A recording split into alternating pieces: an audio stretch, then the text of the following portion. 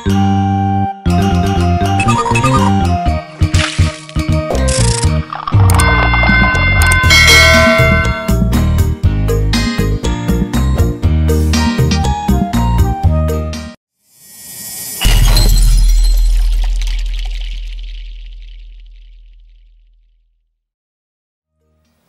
damai sejahtera di dalam kasih Tuhan bagi kita semua. Salam sehat, tetap semangat. Baik saudara, saat ini saya akan mengajak berbincang-bincang dengan seorang bapak yang bernama Bapak Mahisah Yusuf, berasal dari Ogan Ilir, daerah Palembang sanalah. Nah saudara tahu, orang-orang daerah sana tuh umumnya mereka beragama Islam. Tapi bapak yang satu ini mengambil keputusan untuk menjadi orang Kristen yang percaya kepada Yesus. Baik, kita akan bincang-bincang dan kita akan dengar kesaksian hidupnya. Silakan Bapak. Salam sejahtera dalam kasih Tuhan Yesus Kristus bagi pemirsa. Kiranya percakapan kami untuk semua pemirsa membawa manfaat, terutama untuk mendengarkan berita keselamatan melalui Tuhan Yesus Kristus. Oke Opa. Nah ini menarik Opa. Kenapa Opa kok jadi orang percaya yang tadinya tidak percaya? Pasti ada jalannya, liku-likunya. Nah betul. Latar belakangnya gimana, kerjanya dari mana? Ya oke Opa, silakan. Baik, sebenarnya alamiah saja nih Bang Jun ya. Saya jadi Kristen karena mantan pacar saya itu orang Manado. Keluarganya juga pendeta, tantenya pendeta. Jadi ketika saya datang ke Makassar waktu itu diajak untuk melamar lah, barangkali begitu. Mereka bilang boleh saja kamu menikah sama anak saya, tapi kamu harus jadi orang Kristen. Nah saya kan nggak tahu nih Bang Jun, Kristen itu apa? Saya pikir ya agama gitu agama lah, sama aja ya. Sama. Jadi saya pikir apa susahnya sih pindah agama? Saya bilang siap, saya bisa. Saya jadi Kristen nggak apa-apa gitu. Jadilah saya menikah. Itu terjadi tanggal 1 Agustus tahun 1964. Karena pikirnya waktu itu yang penting berbuat baik baik lah, betul. Kalau kita berbuat baik, pasti kita masuk surga. Masuk surga. Ya. Walaupun dulu saya nggak berbuat baik. Iya.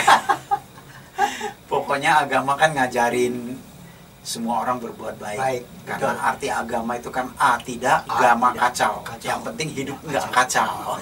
Betul. Agama apa aja, pokoknya kalau hidupnya nggak kacau, berbuat baik pasti masuk surga. Gitu pikirnya ya.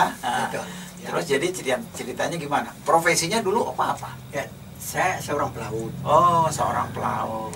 Jadi memang sebelum menikah, ini sekarang jadi pacar saya ini memberi kitab suci Perjanjian Baru. Perjanjian Baru.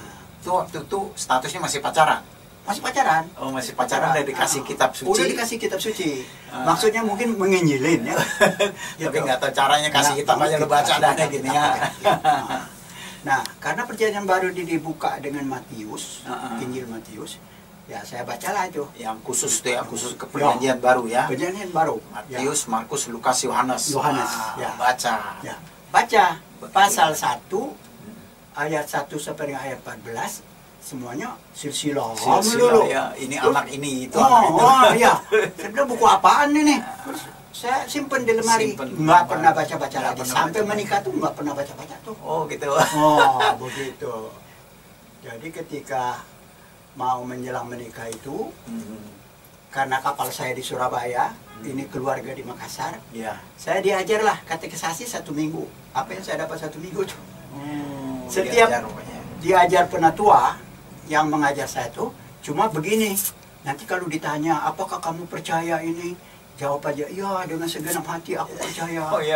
Dari hari pertama sampai hari kelima selesai itu cuma itu aja ininya. Saya pikir apa susahnya ini, cuma begitu aja jawabannya begitu. Nah jadilah saya tanggal 1 Agustus tahun 1964 itu resmi jadi suami orang Kristen. Orang Kristen. Jadi dibaptis, disidi, diberkati nikah sekaligus satu hari. Wow. Nah, jadilah saya orang beragama Kristen. Iya. KTP juga berubah. Tapi kehidupan ya biasa aja. Sudah pelaut, sudah ya, orang sendiri lah tahu ya. sendirilah. Kalau mendarat, cari cewek. Sudahlah. Dulu Bang Jun juga bergelimang sama artis. Saya sih sama pelacur.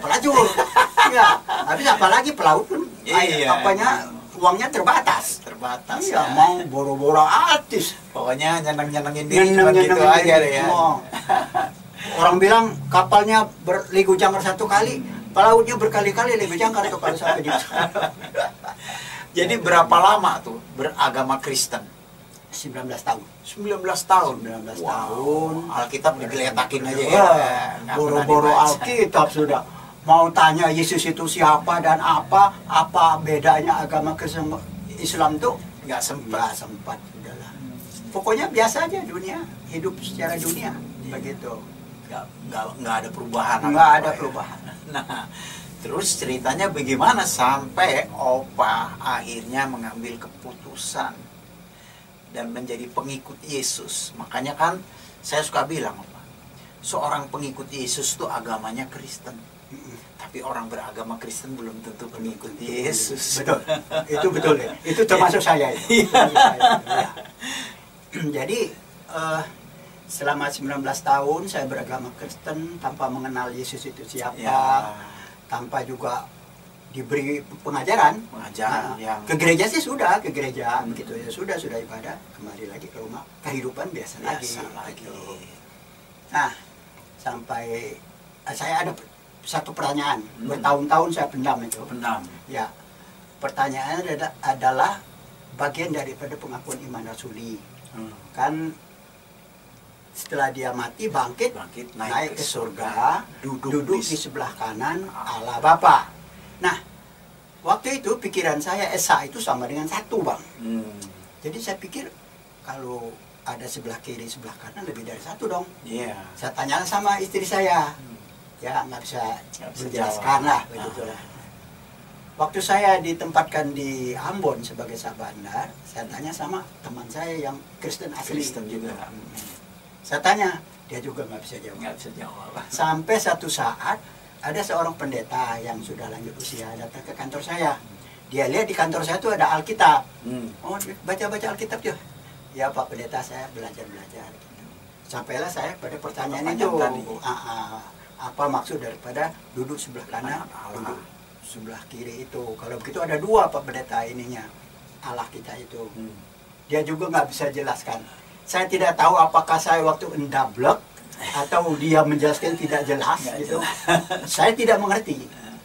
Sampai satu saat teman saya yang juga murtadin dari Banten, istrinya orang Manado, kira-kira menjelang makan siang, dia undang saya.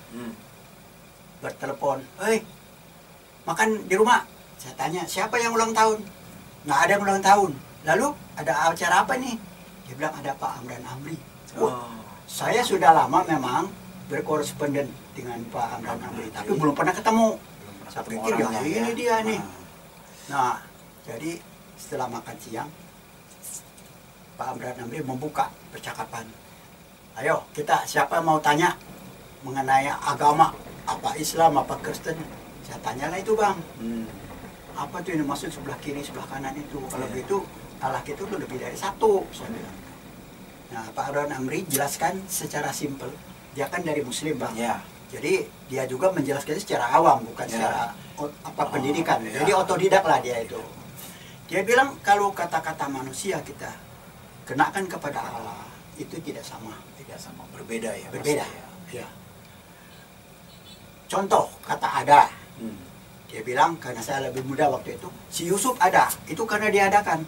Tapi kalau kata Allah diadakan, kata ada dikenakan kepada Allah, dia itu memang sudah ada, sekarang ada dan akan tetap ada. Jadi bukan diadakan gitu. Bahkan dia yang ngadain. Bahkan dia yang mengadakan. Nah, begitu juga dia naik ke surga dulu di sebelah kanan Allah Bapa itu mengandung makna dia kembali kepada posisinya semula sebagai firman Allah yang hidup. Ya.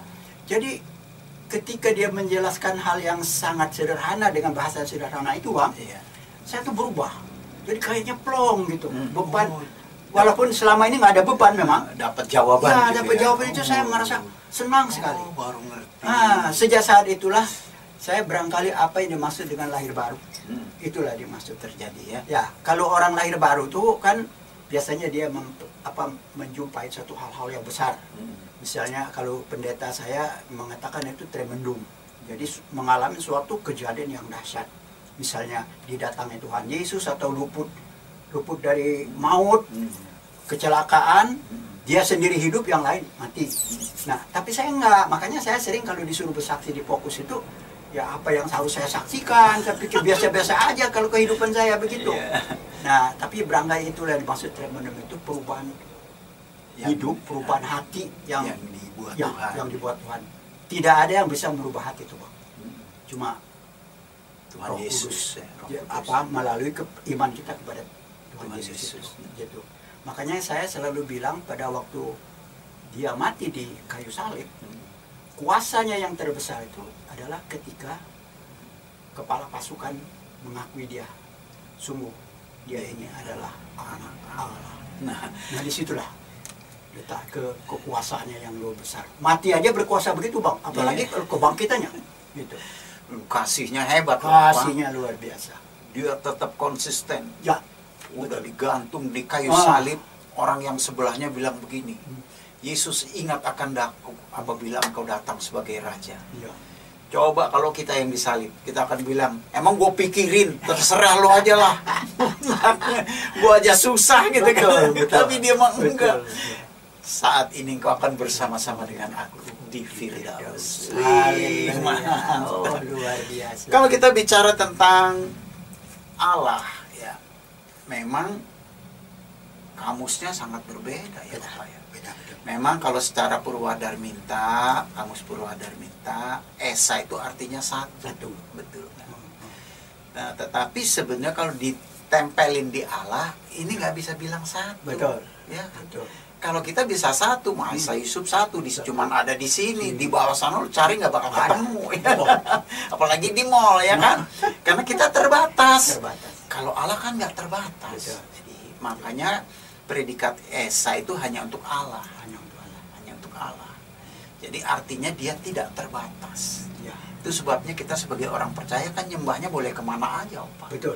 Ke barat boleh, timur boleh, utara boleh, selatan boleh, celentang boleh, nungging juga nggak masalah, betul. Karena dia nggak terbatas. Betul. Amsal 15 berkata apa? Mata Tuhan ada di segala tempat. Wih, banyak banget. Berarti di WC ada, tempat tidur ada. Betul. Di mana ada dia ya. Maka itu kalau kita bicara tentang Allah memang di luar akal. Di luar. Bahkan karyanya juga di luar akal. Di luar apa ya? Nah, jadi sejak Opa ketemu Pak Hamran Amri mengalami perubahan apa yang Opa rasain?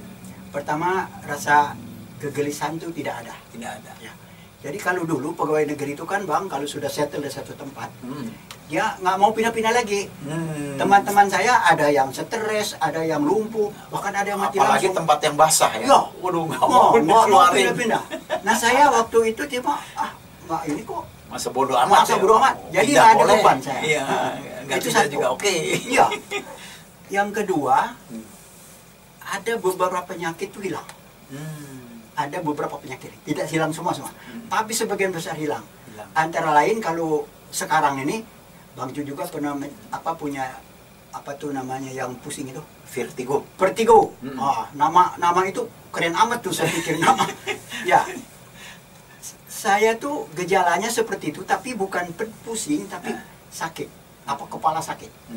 Itu hampir tiap tahun saya ada kambuh, tapi satu kali gitu. Nah, penyakit ini yang saya alamin adalah dalam waktu cuma 2 jam saja. Setelah muntah-muntah, kadang-kadang disertai buang air, tidur, selesai sudah. Ya. Nah, itu penyakit itu hilang. Demikian juga penyakit yang lain-lain juga, yang pilek. Dulu saya tuh selalu bawa sapu tangan atau waslap. karena meleleh terus ini. Tapi sejak saya mengenal Kristus dan terima Dia sebagai Tuhan dan Juru Selamat itu nggak ada lagi tuh. Lepas sekali. Malah sekarang ini Bang, makin berumur, kok kayaknya makin fit saja gitu. Dulu saya pernah waktu sudah dari daerah, kalau di daerah itu kan raja kecil Bang. Saya 6 tahun di Ambon, terus promosi ke Makassar sebagai Sabandar kelas 1 Makassar. Lalu dipromosikan lagi sebagai administrator Pelabuhan Bitung. Selama 11 tahun saya jadi raja kecil di daerah. Lalu satu saat saya dimutasikan ke Jakarta. Istilahnya itu masuk kota. Di kota NATO. No action, talk only. Orang kalau duduk di sana itu pasti stres. Saya enggak, malah enjoy saya. Enjoy aja ya. Nah, nikmatin. Anehnya 11 tahun saya menjadi pejabat, kantor saya itu memegang otoritas keuangan sendiri. Cuma saya nggak tahu berapa tuh anggaran ketiga kantor itu. Memang saya nggak mau tahu, nggak mau terlibat. Saya bilang urus sendiri. Tapi kalau mereka ada nyami-nyamian itu, saya kebagian juga. Saya bilang, ya, saya terima itu. Yang penting saya bilang saya bukan yang melakukan itu. Tapi saya juga menyetujui kan. Karena kan saya tanda tangan, kejepretan. Masa bodoh saya bilang gitu. Nah, selama 11 tahun saya jadi kepala instansi, dibandingkan dengan 15 bulan saya masuk kota di Jakarta, uang saya itu lebih banyak pada waktu di Jakarta itu. Padahal nggak ada pekerjaan, nggak ada tugas. Saya punya uang tuh lebih banyak. Lebih banyak ya. Nah, mengapa? Kalau di daerah itu ya saya pokoknya kalau ada saya ratusan tanda tangan doang. Apakah itu sertifikat pelaut, sertifikat kapal. Tapi saya nggak pernah dikasih itu. Nah, cuma saja kalau orang tanya, ada perlu apa di rumah? Beras atau Kirim. gas gitu. Kirim. Ya kan terjamin gitu. Nah, di Jakarta selama 15 bulan itu, saya 7 kali ke luar negeri, ke daerah 5 kali. Tiap ke luar negeri itu saya dapat honor 1.500 US dollar. Wow. Makan, penginapan, transport, mereka tanggung semua. Kan lumayan itu, 7 kali itu. Jadi lebih banyak saya di nganggur pada waktu masuk kotak NATO itu daripada 11 tahun jadi pejabat di daerah. Nah itu Bang, jadi memang saya pikir keselamatan di dalam Kristus itu kayaknya bukan saja keselamatan jiwa kita di sorga, tetapi juga di dunia ini dia dipelihara. Ya, baik. Nah, itu Bang. Ya. Dan selain itu memang saya damai tadi. Tidak ada beban dalam kehidupan. Sekarang Bapak usia berapa nih? 81. Jalan ya. Beda sama saya 11 tahun. Tetap sehat. Haleluya. Ini anggota fokus tertua nih. Makanya dia ketua, artinya kecil tapi tua. Nah, yang saya tahu nih Opa, begitu Opa dapat jamahan Tuhan, lahir baru, diperbarui, pasti punya rasa haus dan lapar ya. Betul. Ya, pengen baca firman, pengen Betul. tahu banyak, ikut kebaktian, rajin gitu ya. Kalau dengar khotbah pendeta udah 1,5 jam rasanya cepet banget. Ya amin lah.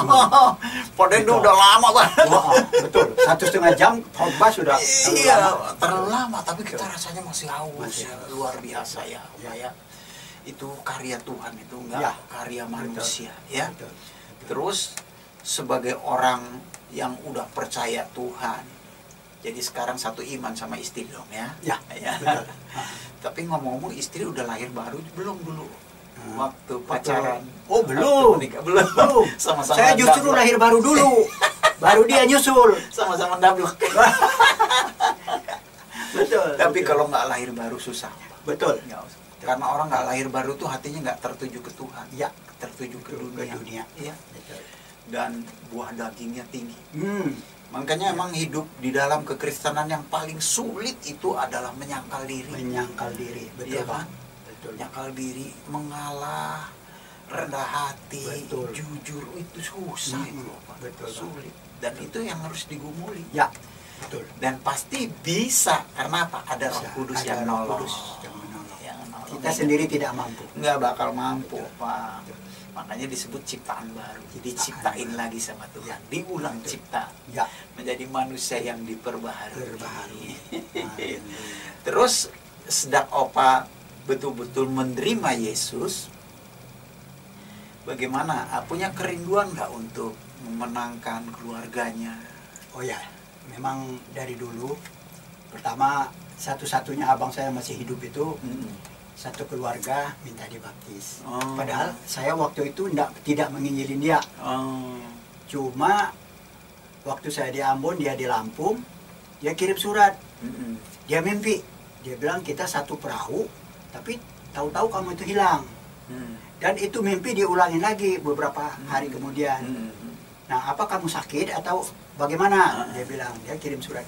Saya bilang, sebenarnya dia sudah tahu saya Kristen. Saya bilang, barangkali makna mimpi abang itu kita sudah tidak satu perahu lagi, karena saya sudah ikut Kristus, gitu abang.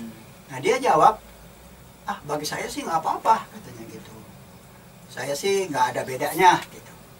Tidak berapa lama kemudian, dia ngundang saya ke Lampung, tolong saksikan kami satu keluarga mau dibaptis. Wah, saya bilang luar biasa. Senang sekali saya. Nah, ada berapa itu? 7 jiwa. Jadi 9. Dia suami istri, anaknya 7. Wow. Mau dibaptis semua. Semua dibaptis. Jadi saya pulang ke Lampung, tepatnya di Pagelaran, di Tanggamus. Tanggamus. Ya. Waktu saya pulang ke Lampung itu, kebenaran pendeta yang akan membaptisnya itu meninggal gitu. Mungkin korban perampokan atau kecelakaan lalu lintas, kita tidak tahu. Tapi dia bawa motor, dia meninggal di jalan di kebun-kebun itu. Nah, jadi nggak jadi dibaptis. Cuma saya titip sama seorang Kristen di sana, orang Batak. Saya bilang, abang saya ini mau dibaptis, tolong dibina gitu. Sudah, saya pulang ke Ambon. Tidak berapa lama mereka sudah dibaptis. Saya senang, saya mengucap syukurlah. Jadi baletinnya sinar kasih dari Pak Amar dan Amri selalu saya kirim kepada mereka. Jadi mereka dibentuk. Nah, sekarang ada 3 anaknya yang melayanin. Jadi 1 pendeta di Tawangmangu, 2 saudaranya bekerja di Pesat. Pelayanan pedesaan itu. Nah, saya senanglah itu, saya bilang puji Tuhan lah, tidak sia-sia. Nah, selain itu saya juga sedang menginjilin keluarga juga. Itu yang saudara-saudara sepupu, keponakan, ada juga cucu saya gitu. Ya, kita cuma memberitakan aja, Bang. Iya, benar. Nggak ada yang lain kan Tuhan bilang, beritakanlah Injil. Tuhan nggak bilang beritakan Injil dan harus bertobat. Bagian kita cuma ngomong, bersaksi. Ya. Nah, tapi sebetulnya memang Tuhan ini kerjanya unik. Betul. Saya itu mau jadi Kristen tuh 2 tahun loh, Pak. Kalau Jumat saya tetap ke masjid, Minggu saya ke gereja. 2 tahun, dengan lihat. Cuma satu hal, saya sudah sangat tertarik dengan Alkitab dari cerita nabi-nabi perjanjian lama. Oh iya. Karena di kitab kita juga kan ada Musa, ada Yusuf, ada Daud. Betul. Itu saya bandingin, kok saya lebih tertarik di Alkitab ceritanya. Berurut dari lahir sampai mati. Itu menarik dan itu yang membuat saya ke gereja. Tapi untuk percaya takutnya, Pak. Gimana kalau saya percaya bapak ibu saya, adik kakak saya, Pak, gua nggak dihantam. Gimana kakek gua yang kiai itu? Padahal saya kebanggaan loh. Kebanggaan biasa sebagai cucu. Itu cucu gua tuh bintang film orang top, cucu gua. Ceritain sama santri-santrinya. Itu tuh jadi Kristen kayak apa ya? Apa dilecehkan? Itu saya takut, apa? Takut banget. Mikir, sampai mikir-mikir gini, apa gua undang aja tuh pendeta ke rumah, baptis gua di kamar mandi. Jangan ada yang tahu dah gitu. Itu saking tuh. Saking takutnya. Tapi kepengen. Benci tapi rindu. Benci tapi rindu ya. Kepengen, apa? Yang ajaib, apa? Waktu saya terima Yesus, itu rasa takut nggak ada. Yang tadinya pengen diem-diem jadi nggak bisa diem. Kenapa sih, Opa? Karena waktu saya terima, pasti Opa juga gitu. Ada rasa damai, tenang, tentram. Dan kita tahu orang di luar Yesus dia tidak akan mengalami damai. Betul. ketenangan dan ketentraman. Kita sudah alami sendiri. Kita alami. Betul. Jadi makanya ya, untuk orang-orang yang kadang-kadang menghujat kekristenan, coba jadi Kristen deh. Nggak usah banyak, nggak usah lama-lama. 6 bulan aja lo masuk gereja, rasain. Kalau nggak ngerasain apa-apa, balik lagi. Undang Yesus, terima dia, pasti rasain indah banget hidup. Bener nggak Opa ya? Indah ya. Kita nggak ada rasa khawatir. Aduh, Opa dulu saya Opa, waktu udah jadi Kristen masih main sekuler. Main band, main musik, cari duitnya di situ. Ada teman bilang gini, orang Kristen, Jun, udahlah tinggalin yang gini-gini. Emang kenapa sih? Jadi pendeta aja deh. Saya bilang, enak aja. Lu aja jadi pendeta, ngapain nyuruh-nyuruh gua? Kenapa, Pak? Karena saya pikir jadi pendeta. Nah, gua main musik, dapatnya juta-juta. Diundang nyanyi, kesaksian 75. Dalam hati gua nih sih boro-boro bisa ganti mobil, bisa beli bannya aja udah bagus. Jadi saya khawatir, Pak. Khawatir banget. Lucunya saya terima Yesus itu nggak ada rasa khawatir. Nggak ada. Saya ingat firman, kalau ada pakaian, makanan cukup. Katanya. Kesusahan sehari cukup sehari. Itu menghibur. Betul. Saya bertahan aja. Bener-bener tuh. Tuhan gandeng saya di padang gurun. Kayak dia gandeng orang Israel. Kehausan, kelaparan, kepanasan tuh. Saya ngalamin 8 tahun. 8 tahun. Untuk makan aja susah. Tapi lucunya yang unik, begitu Yesus di dalam hati saya, nggak ada pikiran, Pak, gue balik lagi tuh, nggak ada. Haleluya. Karena apa? Ada sesuatu yang indah di hati, yang membuat kita nggak pengen balik. Beda sama dunia. Di sana banyak duit tapi hidup gelisah. Ya. Kaya raya, terkenal tapi nggak punya damai. Di sini biar bokeh ada damai, ada ketenangan, ada ketentraman. Yang paling penting ada jaminan pasti masuk surga. Iya. Bukan mudah-mudahan. Bukan mudah-mudahan. Bukan juga semoga. Semoga itu kan semua mogok dan gagal. Iya. Nah, jadi coba kalau kita lihat orang mati aja, Pak, yang sungguh-sungguh ya, mereka berani jamin loh, telah pulang ke rumah Bapa di sorga.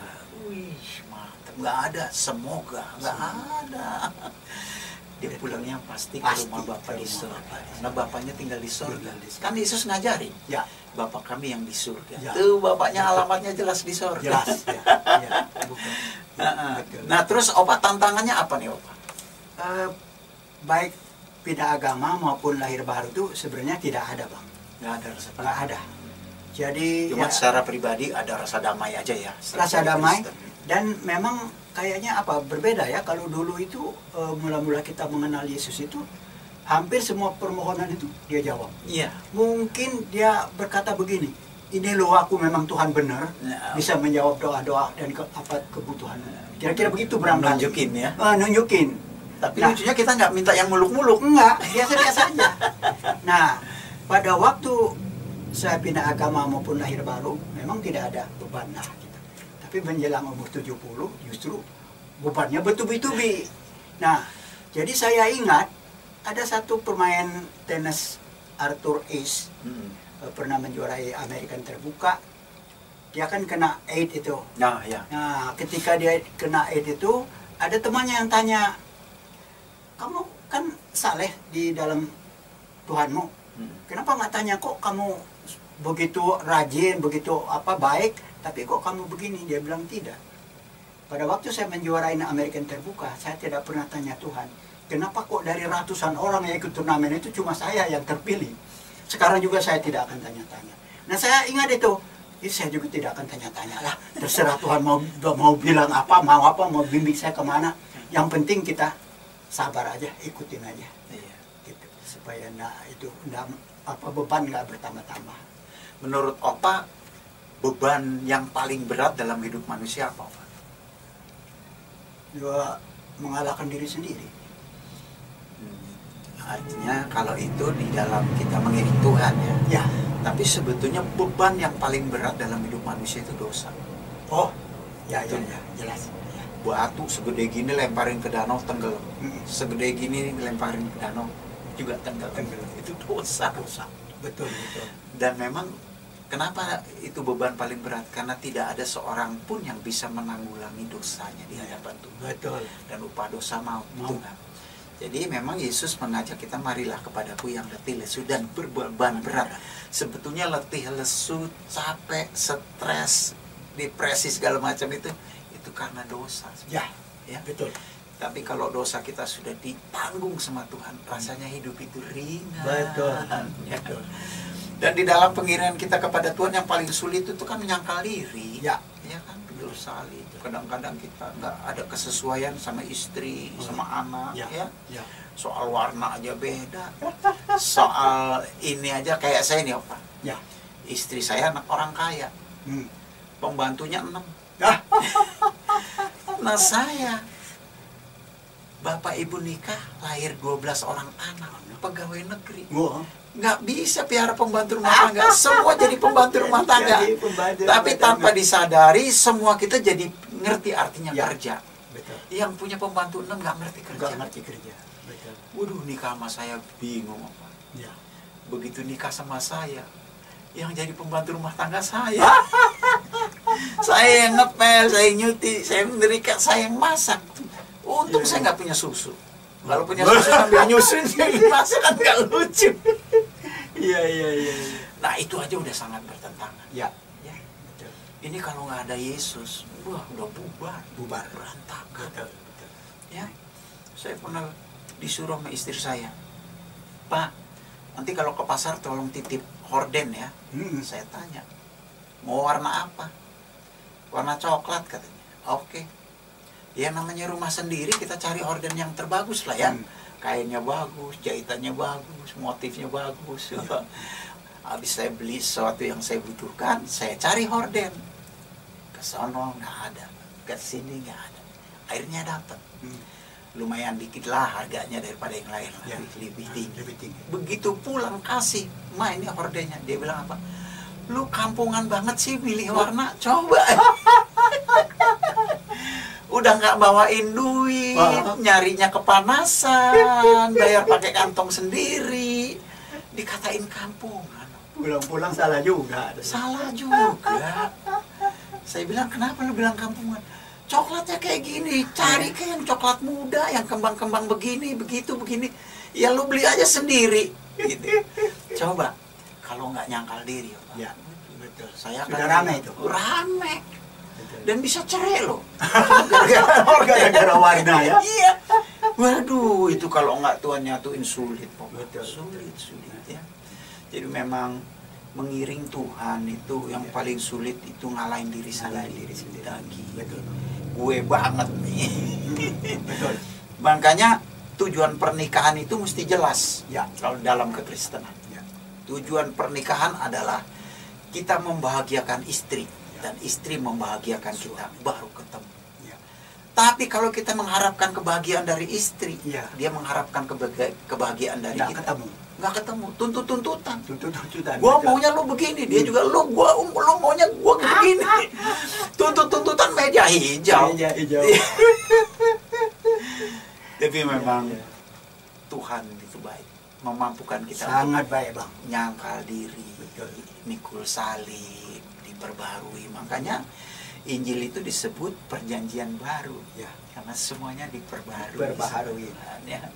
Hidup lama ditinggalkan, sikap-sikap daging itu ditinggalkan, bahkan tutur kata kita harus kita jaga. Wih, itu kalau nggak ada Roh Kudus mana bisa? Nggak bisa, nggak mampu. Dulu kita bilang Tuhan orang Kristen itu 3, ada bapaknya, ada anaknya. Betul. Roh Kudus ini apa lagi tandanya Pak Om? Betul. Padahal nggak ya, apa ya? Allah itu Esa, Allah yang Esa bekerja dalam 3 karya. Karya yang pertama mencipta, disebut Bapa. Yang kedua berfirman, disebut anak, karena firman jadi anak manusia. Makanya Isa disebut Isa Kalimatullah, Isa Kalamullah. Yang ketiga Allah yang esa berkarya dalam hal memberi taufik hidayah. Ya. Membimbing itulah Roh Kudus. Tanpa bimbingan dia mana bisa Nggak kita. bisa. Ya. Betul. Laki-laki perempuan disatuin. Sulit. Sulit. Satu pakai akal, satu pakai rasa. Rasa. Coba perempuan lihat, gua rasa, lagi-lagi gua pikir, Pikir. waduh, nggak bisa ketemu apa. Nggak bisa ketemu. Rasa sama pikir Nggak bisa ketemu. Cuma Tuhan Yesus yang sanggup. Ya. Makanya, saudara-saudara, kalau saudara ingin mengalami perubahan kehidupan baru yang merubah hidup saudara mulai dari hati saudara, percaya sama Yesus. Tuhan Yesus itu ajaib dan berkuasa. Tuhan Yesus memberkati kita semua. Tuhan Yesus memberkati. Amin. Haleluya. Haleluya.